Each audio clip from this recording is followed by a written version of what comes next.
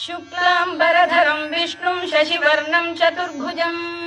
प्रसन्नवदनं ध्यायेत् सर्वविघ्नोपशान्तये। व्यासं वसिष्ठनप्तारं शक्तेः पौत्रमकल्मषं पराशरात्मजं वन्दे शुकतातं तपोनिधिं। व्यासाय विष्णुरूपाय व्यासरूपाय विष्णवे नमो वै ब्रह्मनिधये वासिष्ठाय नमो नमः। अविकाराय शुद्धाय नित्याय परमात्मने सदैकरूपरूपाय विष्णवे सर्वजिष्णवे यस्य स्मरणमात्रेण जन्म संसारबन्धनात् विमुच्यते। नमस्तस्मै विष्णवे प्रभविष्णवे। ॐ नमो विष्णवे प्रभविष्णवे। श्रीवैशम्पायन उवाच श्रुत्वा धर्मानशेषेण पावनानि च सर्वशः युधिष्ठिरः शान्तनवं पुनरेवाभ्यभाषत। युधिष्ठिर उवाच किमेकं दैवतं लोके किं वाप्येकं परायणं स्तुवन्तः कङ्कमर्चन्तः प्राप्नुयुर्मानवा शुभम्। को धर्मः सर्वधर्माणां भवतः परमो मतः किं जपन्मुच्यते जन्तुर्जन्म संसारबन्धनात्। श्रीभीष्म उवाच जगत्प्रभुं देवदेवमनन्तं पुरुषोत्तमं स्तुवन्नाम सहस्रेण पुरुषः सततोत्थितः तमेव चार्चयन् नित्यं भक्त्या पुरुषमव्ययम् ध्यायन् स्तुवन् नमस्यं च यजमानस्तमेव च अनादिनिधनं विष्णुं सर्वलोकमहेश्वरम् लोकाध्यक्षं स्तुवन् नित्यं सर्वदुःखातिगो भवेत्। ब्रह्मण्यं सर्वधर्मज्ञं लोकानां कीर्तिवर्धनं लोकनाथं महद्भूतं सर्वभूतभवोद्भवम् एष मे सर्वधर्माणां धर्मोऽधिकतमो मतः यद्भक्त्या पुण्डरीकाक्षं स्तवैरच्चेन्नरः सदा। परमं यो महत्तेजः परमं यो महत्तपः परमं यो महद्ब्रह्म परमं यः परायणम् पवित्राणां पवित्रं यो मङ्गलानां च मङ्गलम् दैवतं देवतानां च भूतानां यो व्ययः यतः सर्वाणि भूतानि भवन्त्यादियुगागमे यस्मिंश्च प्रलयं यान्ति पुनरेव युगक्षये तस्य लोकप्रधानस्य जगन्नाथस्य भूपते विष्णोर्नाम सहस्रं मे शृणु पापभयापहम्। यानि नामानि गौणानि विख्यातानि महात्मनः ऋषिभिः परिगीतानि तानि वक्ष्यामि भूतये। ऋषिर्नाम्नां सहस्रस्य वेदव्यासो महामुनिः छन्दोऽनुष्टुप् तथा देवो भगवान् देवकीसुतः अमृतांशुद्भवो बीजं शक्तिर्देवकीनन्दनः त्रिसामा हृदयं तस्य शान्त्यर्थे विनियुज्यते। विष्णुं जिष्णुं महाविष्णुं प्रभविष्णुं महेश्वरम्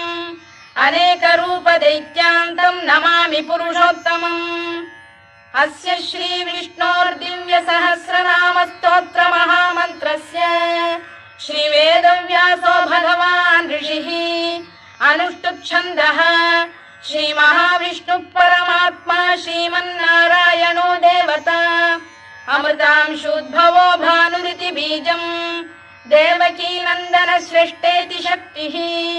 उद्भवः क्षोभणो देव इति परमो मन्त्रः शङ्खबृन्नन्दकी चक्रीति कीलकम् शार्ङ्गधन्वा गदाधर इत्यस्त्रम् रथाङ्गपाणिरक्षोभ्य इति नेत्रम् त्रिसामा सामरः सामेति कवचम् आनन्दं परब्रह्मेति योनिः ऋतुः सुदर्शनकाल इति दिग्बन्धः श्रीविश्वरूप इति ध्यानम् श्रीमहाविष्णुप्रीत्यर्थे सहस्रनाम जपे विनियोगः। ध्यानम् क्षीरोदन्वत्प्रदेशे शुचिमणिविलसत्सैकते मौक्तिकानाम् मालाक्लुप्तासनस्थस्फटिकमणिनिभैर्मौक्तिकैर्मण्डिताङ्गः शुभ्रैरभ्रैरदभ्रैरुपरि विरचितैर्मुक्तपीयूषवर्षैः आनन्दीनः पुनीयादरिनलिन गदा शङ्खपाणिर्मुकुन्दः भूः पादौ यस्य नाभिर्वियदसुरनिलश्चन्द्रसूर्यौ च नेत्रे कर्णावाशा शिरोद्यौर्मुखमपि दहनो यस्य वास्तेयमब्धिः अन्तस्थं यस्य विश्वं सुरनरखगो भोगि गन्धर्वदैत्यैः चित्रं रम्यते तं त्रिभुवन वपुषं विष्णुमीशं नमामि। ॐ नमो भगवते वासुदेवाय। शान्ताकारं भुजगशयनं पद्मनाभं सुरेशं विश्वाधारं गगनसदृशं मेघवर्णं शुभाङ्गं लक्ष्मीकान्तं कमलनयनं योगिधृध्यानगम्यं वन्दे विष्णुं भवभयहरं सर्वलोकैकनाथम्। मेघश्यामं पीतकौशेयवासं श्रीवत्साङ्कं कौस्तुभोद्भासिताङ्गं पुण्योपेतं पुण्डरीकायताक्षं विष्णुं वन्दे सर्वलोकैकनाथम्। नमः समस्तभूतानामादिभूताय भूभृते अनेकरूपरूपाय विष्णवे प्रभविष्णवे सशङ्खचक्रं सकिरीटकुण्डलं सपीतवस्त्रं सरसीरुहेक्षणं सहारवक्षस्थलशोभिकौस्तुभं नमामि विष्णुं शिरसा चतुर्भुजम्। छायायां पारिजातस्य हेमसिंहासनोपरि आसीनमम्बुदश्याममायताक्षमलङ्कृतम् चन्द्राननं चतुर्बाहुं श्रीवत्साङ्कितवक्षसम् रुक्मिणी सत्यभामाभ्यां सहितं कृष्णमाश्रये।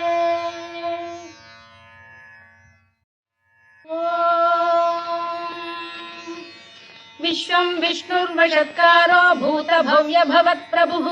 भूतभृद्भावो भूतात्मा भूतभावनः भूतात्मा परमात्मा च मुक्तानां परमागतिः अव्ययः पुरुषः साक्षी क्षेत्रज्ञोऽक्षर एव च योगो योगविदां नेता प्रधानपुरुषेश्वरः नारसिंहवपुः श्रीमान् केशवः पुरुषोत्तमः सर्वः शर्व शिवस्थाणुर्भूतादिर्निधिरव्ययः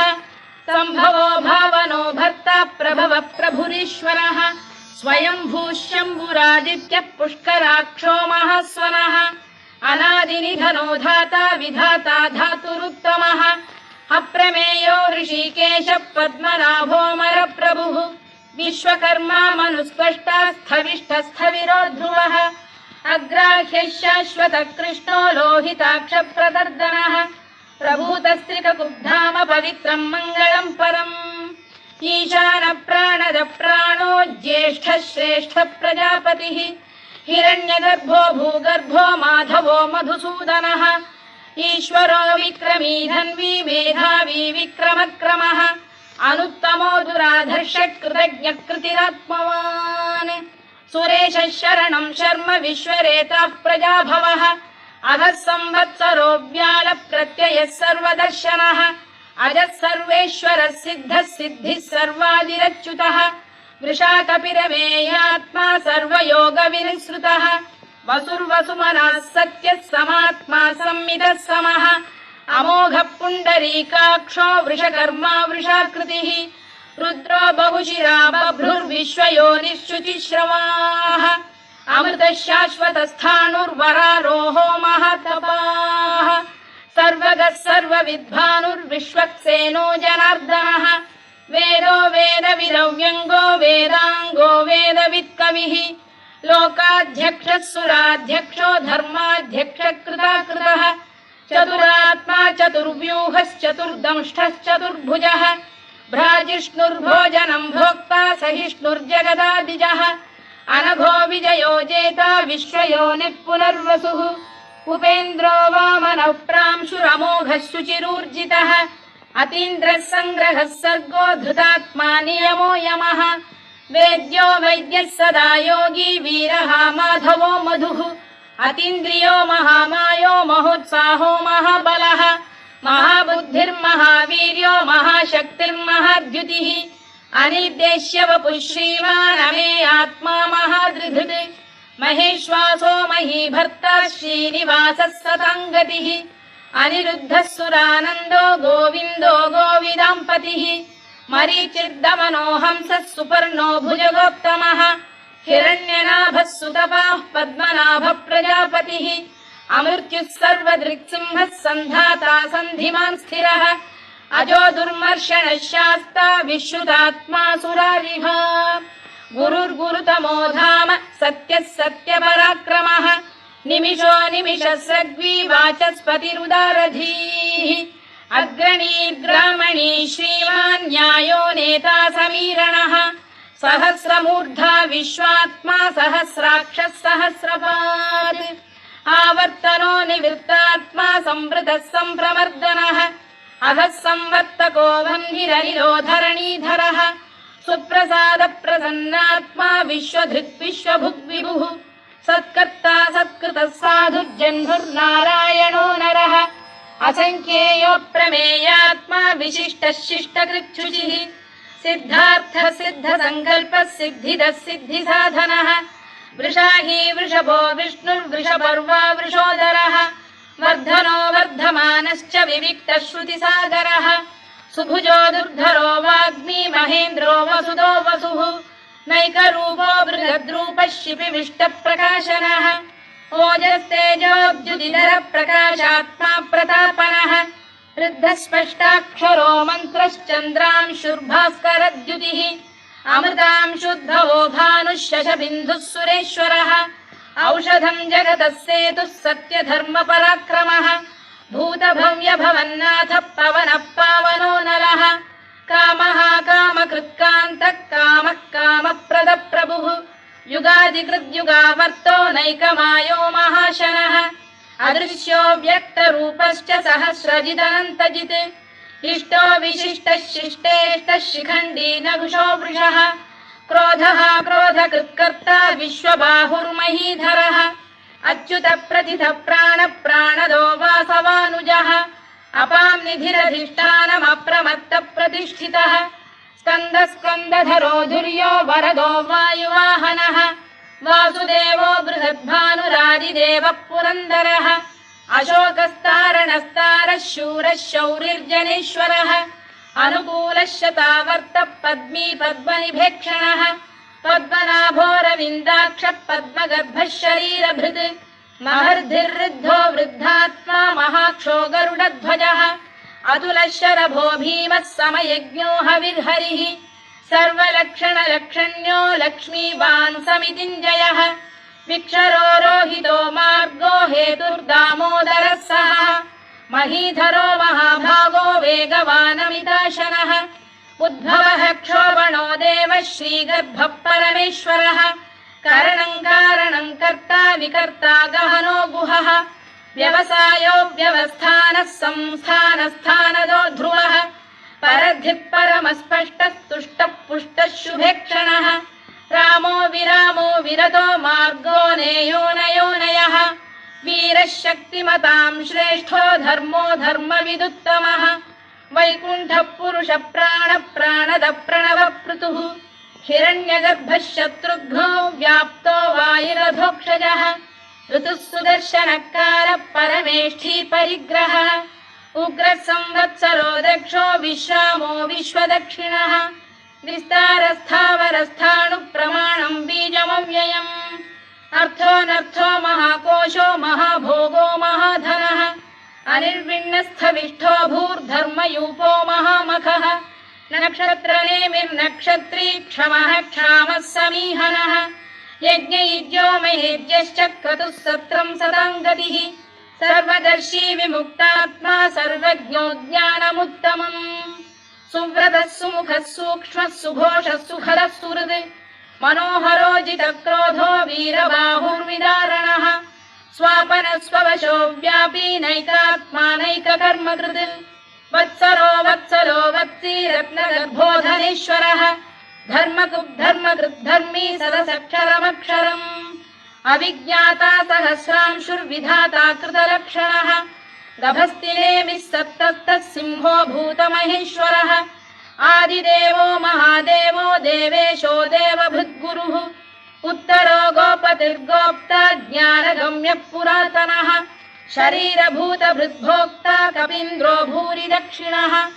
सोमपोऽमृतपः सोमः पुरुजित् पुरुषत्तमः विनयो जयः सत्यसन्धो दाशार्हः सात्वतां पतिः जीवो विनयिता साक्षी मुकुन्दो मितविक्रमः अम्भोनिधिरनन्तात्मा महोदधिशयोऽन्तकः अजो महार्घ स्वाभाव्यो जितामित्रप्रमोदनः आनन्दो नन्दनो नन्दः सत्यधर्मात्रिविक्रमः महर्षिकपिलाचार्यः कृतज्ञो मेदिनीपतिः त्रिपदस्त्रिदशाध्यक्षो महाशृङ्गकृतान्तकृत् महावराहो गोविन्दः सुषेणः कनकाङ्गनी गुह्यो गभीरो गहनो गुप्तश्चक्रगदाधरः मेधास्वाङ्गो जितकृष्णो दृढः सङ्कर्षणोच्युतः वरुणो वारुणो वृक्षः पुष्कराक्षो महामनाः भगवान् भगहानन्दी वनमाली हलायुधः आदित्यो ज्योतिरादित्यः सहिष्णुर्गतिसत्तमः सुधन्वाखण्ड परशुर्दारुणो द्रविणप्रदः दिवस्पृक् सर्वदृग्व्यासो वाचस्पतिरयो निजः त्रिसामासामगः साम निर्वाणम् भेषजम् भिषज सन्न्यासकृच्छमशान्तो निष्ठा शान्तिः परायणम् शुभाङ्गः शान्तिदः स्रष्टा कुमुदः कुवलेशयः गोहितो गोपतिर्गोप्ता वृषभाक्षो वृषप्रियः अनिवर्ती निवृत्तात्मा संक्षेप्ताक्षेमकृत् शिवः श्रीवत्सवक्षः श्रीवासः श्रीपतिः श्रीमताम्बरः श्रीधः श्रीशः श्रीनिवासः श्रीनिधिः श्रीविभावनः श्रीधर श्रीकर श्रेयः श्रीमान् लोकत्रयाश्रयः स्वक्षः स्वङ्गः शतानन्दो नन्दिर्ज्योतिर्गणेश्वरः विजितात्मा विधेयात्मा सत्कीर्तिश्छिन्न संशयः उदीर्णः सर्वतश्चक्षुरनीशः शाश्वतः स्थिरः भूषयो भूषणो भूतिर्विशोकः शोकनाशनः अर्चिष्मानर्चितः कुम्भो विशुद्धात्मा विशोधनः अनिरुद्धो प्रतिरथ प्रद्युम्नो मितविक्रमः कालनेमिनिः वीरः शौरिः शूरजनेश्वरः त्रिलोकात्मा त्रिलोकेशः केशवः केशिः हरिः कामदेवः कामपालः कामी कान्तकृतागमः अनिर्देश्य वपुर्विष्णुर्वीरोऽनन्तो धनञ्जयः ब्रह्मण्यो ब्रह्मकृद्ब्रह्मा ब्रह्म ब्रह्मविवर्धनः ब्रह्मविब्राह्मणो ब्रह्मी ब्रह्मज्ञो ब्राह्मणप्रियः महाकमो महाकर्मा महातेजा महोरगः महाक्रतुर्महायज्वा महायज्ञो महाहविः स्तव्यस्तव प्रियस्तोत्रम् स्तुतिस्तोतारणप्रियः पूर्णः पूरयिता पुण्यः पुण्यकीर्तिरनामयः मनोजवस्तीर्थकरो वसुरेता वसुप्रदः वसुप्रदो वासुदेवो वसुर्वसुमनाहविः सद्गतिः सत्कृतिः सत्ता सद्भूतिः सत्परायणः शूरसेनो यदुश्रेष्ठः सन्निवासः सुयामुनः भूतावासो वासुदेवः सर्वासु निलयो नलः दर्पः दर्पदो दृप्तो दुर्धरोऽथा पराजितः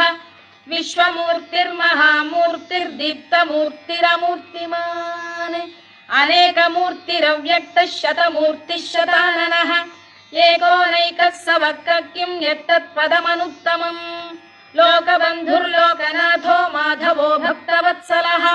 सुवर्णवर्णो हेमाङ्गो वराङ्गश्चन्दनाङ्गदी वीरः विषमः शून्यो घृताशीरचरश्चरः अमानी मानदो मान्यो लोकस्वामी त्रिलोकधृत् सुमेधा मेधजो धन्यः सत्यमेधाधराधरः तेजो वृषोद्युतिधरः सर्वशत्रभृताम्बरः प्रग्रहो निग्रहो व्यग्रो नैकशृङ्गो गदाग्रजः चतुर्मूर्तिश्चतुर्बाहुश्चतुर्व्यूहश्चतुर्गतिः चतुरात्मा चतुर्भावश्चतुर्वेदविदेकपात् समावर्तो निवृत्तात्मा दुर्जयो दुरतिक्रमः दुर्लभो दुर्गमो दुर्गो दुरावासो दुरारिः शुभाङ्गो लोकसारङ्गः सुतन्तुस्तन्तु वर्धनः इन्द्रकर्मा महाकर्मा कृतकर्मा कृतागमः उद्भवः सुन्दरः सुन्दो रत्ननाभः सुलोचनः अर्को वाजसनः शृङ्गी जयन्तः सर्वविजयी सुवर्णबिन्दुरक्षोभ्यः सर्ववागीश्वरेश्वरः महाह्रदो महागर्तो महाभूतो महानिधिः कुमुदः कुन्दरः कुन्दः पर्जन्यः पावनो निलः अमृताशोऽमृतवपुः सर्वज्ञः सर्वतोमुखः सुलभः सुव्रतः सिद्धः शत्रुजिच्छत्रुतापनः न्यग्रोधोदुम्बरोश्वतश्चाणूर सूरान्ध्रनिषूदनः सहस्रार्चिः सप्तजिह्वः सप्तैधा सप्तवाहनः अमूर्तिरनघोचिन्त्यो भयकृद्भयनाशनः अणुबृहत्कृशस्थूलो गुणभृन्निर्गुणो महान् अधृतस्वधृतस्वास्य प्राग्वंशो वंशवर्धनः धारभृत्कथितो योगी योगीशः सर्वकामदः आश्रमश्रमणः क्षामः सुपर्णो वायुवाहनः धनुर्धरो धनुर्वेदो दण्डो दमयिता दमः अपराजितः सर्वसहो नियन्ता नियमो यमः सत्त्ववान् सात्विकः सत्यः सत्यधर्मपरायणः अभिप्रायप्रियार्होः प्रियकृत्प्रीतिवर्धनः विहाय सगदिर्ज्योतिः सुरुचिर्पुतभुग्विभुः रविर्विरोचनः सूर्यः सविता रविलोचनः अनन्तो हुतभुग्भोक्ता सुखदो नैकजोऽग्रजः अनिर्विण्णः सदामर्षी लोकाधिष्ठानमद्भुतः सनातनतमः कपिलः कपिरव्ययः स्वस्तिदः स्वस्तिकृत् स्वस्ति स्वस्ति भुक् स्वस्ति दक्षिणः आरौद्रः कुण्डली चक्री विक्रम्यूर्जितशासनः शब्दातिकः शब्दसः शिशिरः शर्वरीकरः अक्रूरपेशलो दक्षो दक्षिणः क्षमिणां वरः विद्वत्तमो वीतभयः पुण्यश्रवणकीर्तनः उत्तारणो दुष्कृतिः पुण्यो दुःस्वप्ननाशनः वीरः रक्षणः सन्तो जीवनपर्यवस्थितः अनन्तरूपोऽनन्तश्रीर्जितमन्युर्भयापहः चतुरश्रो गभीरात्मा विदिशो व्यादिशो दिशः अनादिर्भूर्भुवो लक्ष्मी सुवीरो रुचिराङ्गदः जननो जनजन्मादिर्भीमो भीमपराक्रमः आधारनिलयो धाता पुष्पहास प्रजागरः ऊर्ध्वगः सत्त्वथाचार प्राणद प्रणवप्रणः प्रमाणं प्राणनिलय प्राणभृत् प्राणजीवनः तत्त्वं तत्त्वविदेकात्मा जन्म मृत्युजरातिगः भूर्भुवः स्वस्तरुस्तारः सविता प्रपितामहः यज्ञो यज्ञपतिर्यज्वा यज्ञाङ्गो यज्ञवाहनः यज्ञभृद्यज्ञकृद्यज्ञी यज्ञभुग्यज्ञसाधनः यज्ञान्तकृद्यज्ञगुह्यमन्नमन्नाद एव च आत्मयोनिः स्वयं जातो वैखानः सामगायनः देवकीनन्दनः स्रष्टा क्षितीशः पापनाशनः शङ्खबृन्नन्दकी चक्री शार्ङ्गधन्वा गदाधरः तथाङ्गपाणिरक्षोभ्यः सर्वप्रहरणायुधः सर्वप्रहरणायुध ॐ नम इति वनमाली गरीशाङ्गी शङ्खी चक्री च नन्दकी श्रीमान्नारायणो विष्णुर्वासुदेवोऽभिरक्षतु वनमाली गरीशाङ्गी शङ्खी चक्री च नन्दकी श्रीमान्नारायणो विष्णुर्वासुदेवोऽभिरक्षतु वनमाली गरीशाङ्गी शङ्खी चक्री च नन्दकी श्रीमान्नारायणो विष्णुर्वासुदेवोऽभिरक्षतु इतीदं कीर्तनीयस्य केशवस्य महात्मनः नाम्नां सहस्रं दिव्यानामशेषेण प्रकीर्तितम् य इदं शृणुयात् नित्यं यश्चापि परिकीर्तयेत् नाशुभं प्राप्नुयात् किञ्चित् सोमुत्प्रेह च मानवः वेदान्तको ब्राह्मणः स्यात् क्षत्रियो विजयी भवेत् वैश्यो धनसमृद्धः स्यात् शूद्रः सुखमवाप्नुयात् धर्मार्थी प्राप्नुयात् धर्ममर्थार्थी चार्थमाप्नुयात् कामानवाप्नुयात् कामी प्रजार्थी चाप्नुयात् प्रजाम् भक्तिमान् यः सदोत्थाय शुचिस्तद्गतमानसः सहस्रं वासुदेवस्य नाम्नामेतत्र कीर्तयेत् यशः प्राप्नोति विपुलं याति प्राधान्यमेव च अचलां श्रियमाप्नोति श्रेयः प्राप्नोत्यनुत्तमम् न भयं क्वचिदाप्नोति वीर्यं तेजश्च विन्दति भवत्यरोगोद्युतिमान् बलरूपगुणान्वितः रोगार्तो मुच्यते रोगात् बद्धो मुच्येत बन्धनात् भयान्मुच्येत भीतस्तु मुच्येतापन्न आपदः दुर्गाण्यतितरत्याशु पुरुषः पुरुषोत्तमम् सुवन्नाम सहस्रेण नित्यं भक्तिसमन्वितः वासुदेवाश्रयो मर्त्यो वासुदेवपरायणः सर्वपापविशुद्धात्मा याति ब्रह्म सनातनम् न वासुदेव भक्तानामशु शुभं विद्यते क्वचित् जन्म मृत्युजरा व्याधि भयं नैवोपजायते इमं स्तवमधीयानः श्रद्धा भक्ति समन्वितः युज्येतात्मसुखक्षान्ति श्रीधृतिस्मृतिकीर्तिभिः न क्रोधो न च मात्सर्यं न लोभो न शुभामतिः भवन्ति कृतपुण्यानां भक्तानां पुरुषोत्तमे द्यौः स चन्द्रार्कनक्षत्राखं दिशो भूर्महो दधिः वासुदेवस्य वीर्येण विधृतानि महात्मनः ससुरासुरगन्धर्वं स यक्षोरगराक्षसम् जगत्वशे वर्ततेदं कृष्णस्य सचराचरम् इन्द्रियाणि मनो बुद्धिः सत्त्वं तेजो बलं धृतिः वासुदेवात्मकान्याहुः क्षेत्रं क्षेत्रज्ञ एव च सर्वागमानामाचार प्रथमं परिकल्पते आचार प्रभवो धर्मो धर्मस्य प्रभुरच्युतः ऋषयः पितरो देवा महाभूतानि धातवः जङ्गमा जङ्गमं चेदं जगन्नारायणोद्भवम् योगो ज्ञानं तथा साङ्ख्यं विद्या शिल्पादिकर्म च वेदाः शास्त्राणि विज्ञानमेतत् सर्वं जनार्दनात् एको विष्णुर्महद्भूतं पृथग्भूतान्यनेकशः त्रीन् लोकान् व्याप्य भूतात्मा भुङ्क्ते विश्वभुवव्ययः इमं स्तवं भगवतो विष्णोर्व्यासेन कीर्तितम् पठेद्य इच्छेत् पुरुषः श्रेयत् प्राप्तुं सुखानि च विश्वेश्वरमजं देवं जगतः प्रभुमव्ययम् भजन्ति ये पुष्कराक्षं न ते यान्ति पराभवम् न ते यान्ति पराभवम् ओन्नम इति अर्जुनोवाच पद्मपत्र विशालाक्ष पद्मनाभ सुरोत्तमा भक्तानामनुरक्तानां त्राता भव जनार्दन श्रीभगवानुवाच यो मां नाम सहस्रेण स्तोतुमिच्छति पाण्डव सोऽहमेकेन श्लोकेन स्तुत एव न संशयः स्तुत एव न संशयोऽन्नम इति व्यास उवाच वासनाद् वासुदेवस्य वासितं भुवनत्रयम्